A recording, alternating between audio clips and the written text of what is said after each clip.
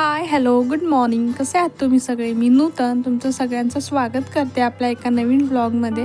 आज मस्त सकाळ सकाळी शूट केलं. खूप छान वातावरण होतं. सकाळचे 9 वाजले होते तरी एवढं धुकं होतं. खूप छान वाटत होतं. सगळीकडं पांढरं पांढरं पसरलं होतं आणि पुढचं साधं झाड वगैरे सुद्धा दिसत नव्हतं. पलीकडे तुम्ही बघू शकता काहीच दिसत नव्हतं. एवढं धुकं होतं आणि तेही 9 वाजेपर्यंत एवढं धुकं होतं. छान वाटत होतं सकाळ सकाळी. त्यानंतर एवढ्याच थंडीत कुडकुड कुडकुड करत मी छान अशी अंघोळ वगैरे करून घेतली, फ्रेश झाली, कामं वगैरे आली, मस्त अशी देवपूजासुद्धा करून घेतली. सकाळ सकाळी देवपूजा झाली म्हणजे खूप छान प्रसन्न वाटतं आणि आपल्याला सगळी कामं करायलासुद्धा छान वाटतं.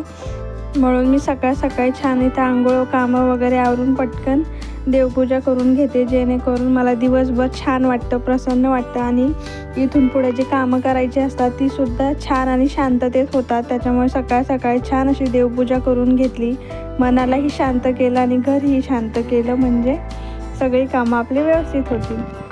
आणि आज एवढी थंडी असूनसुद्धा अन्वी माझ्यासोबतच उठली होती, त्यामुळे तिचीसुद्धा अंघोळ केली. तिलाही मस्त छान असं रेडी केलं होतं, पण ती त्या घरामध्ये खेळत होती. मी इथं छान अशी रेडी वगैरे झाले आणि मला बघा किती मोठे मोठे पिंपल्स आलेत. मला पिरियड्स जवळ आली की खूप जास्त पिंपल यायला लागतात आणि माझा चेहरासुद्धा खूप जास्त खराब व्हायला लागतो. का माहिती का असं, पण दर महिन्याला होतं हे असं. दर महिन्याला येतात जात असतात पिंपल, पण ठीक आहे. तर आज नाश्त्याचा खूप छान असा मस्त बेत आखला होता. आज इडलीचं पीठ आणलं होतं मी, रेडीमेड इडलीचं पीठ आणलं होतं. त्याचेच मस्त इडली आणि डोसे करायचे होते आज. त्याचीच तयारी मी इथे करत होते आणि इथं बघा आणि कशी लुडबुड करते माझ्या सगळ्या कामांमध्ये. आणि एक काढायला गेले मी, त्याच्यानंतर सगळे प्लेट्स वगैरे पडले खाली तिच्या पायावरती. ती पण रडत होती. तिला एक मध्ये मध्ये करू नको सांगितलं तरी ती मध्ये मध्ये करत असते. आता तिला तरी काय सांगणार आणि त्यांना तरी काय कळतं ना. असो, त्यानंतर मी इथं हे जे पीठ आहे ते त्याच्या नॉर्मल ह्याच्यामध्ये काढून घेतलं. ते फ्रीजमध्ये असतं, आपल्याला त्याला नॉर्मल करायचं असतं आणि त्याच्यामध्ये चवीनुसार मीठ टाकून ते छान असं मिक्स करून घेतलं होतं.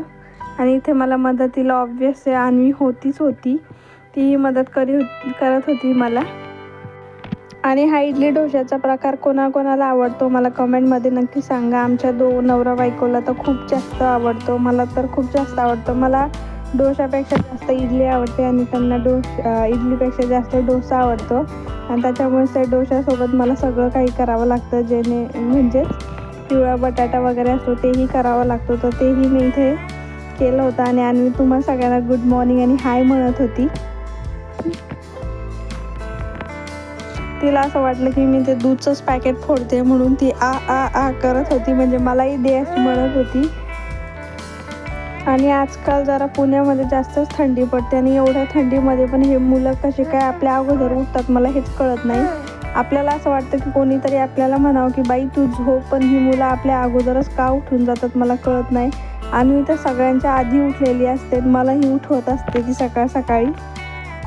तिला अजिबात झोप हा प्रकार माहितीच नाही आहे. ती सारखी मध्ये मध्ये आणि रात्रभरही ती सारखी उठत असते, अजिबात व्यवस्थित आपल्यालाही झोपू देत नाही आणि तीही झोपत नाही. ती काय असू द्यात, लहान मुलांचं तर असं चालूच असतं.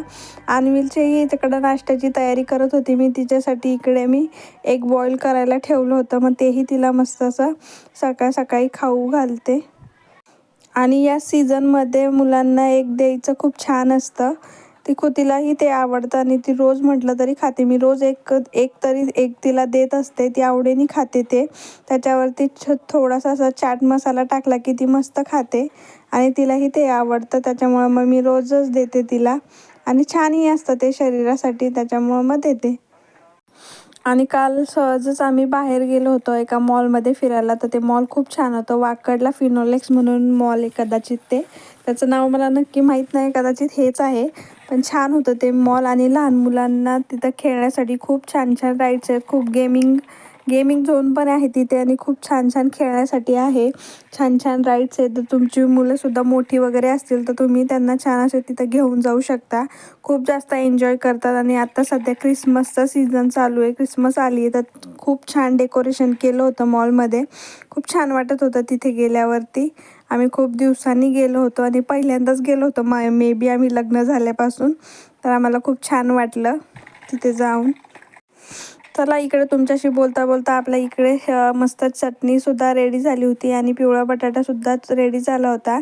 आणि मी छान इथे मस्त गोल गोल असे डोसे तयार करून घेतले. मला बऱ्यापैकी जमतात डोसे, पण कधी कधी काय माहिती ते चिटकलेलेच राहतात, अजिबात निघत नाही. म्हणून मी तव्याला अजिबात तेल लावत नाही. ज्यावेळेस पण डोसा करते त्याच्यावर फक्त पाणी मारूनच मी डोसा फिरवून घेते. तुम्ही पण असं एकदा नक्की ट्राय करून बघा. माझा तवा जो आहे, डोसा तवा, तो थोडासा असा खालीवर झाला आहे, त्याच्यामुळं कदाचित ते होत असेल. पण मी एकदा दोनदा तेल लावून डोसा करण्याचं ट्राय केलं होतं, पण ते कधी काही जमलं नाही. मग मी फक्त मस्त असा तवा गरम होऊ देते आणि त्याला फक्त पाणी मारून त्याच्यावर डोसाचं बॅटर टाकून डोसा फिरून घेते. तर डोसा खूप छान होतो, फ्लफी होतो आणि अजिबात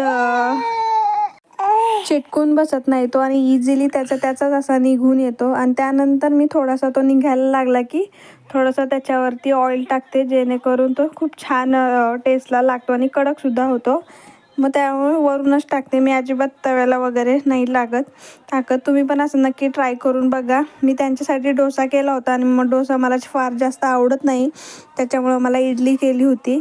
आणि त्यानंतर जो काही होणारा पसारा असतो इडली केल्यावरती, तो मी सगळा असा छान असा आवरून घेतला. तर आजच्यासाठी एवढंच होतं. व्लॉग कसा आवडला नक्की सांगा. बाय.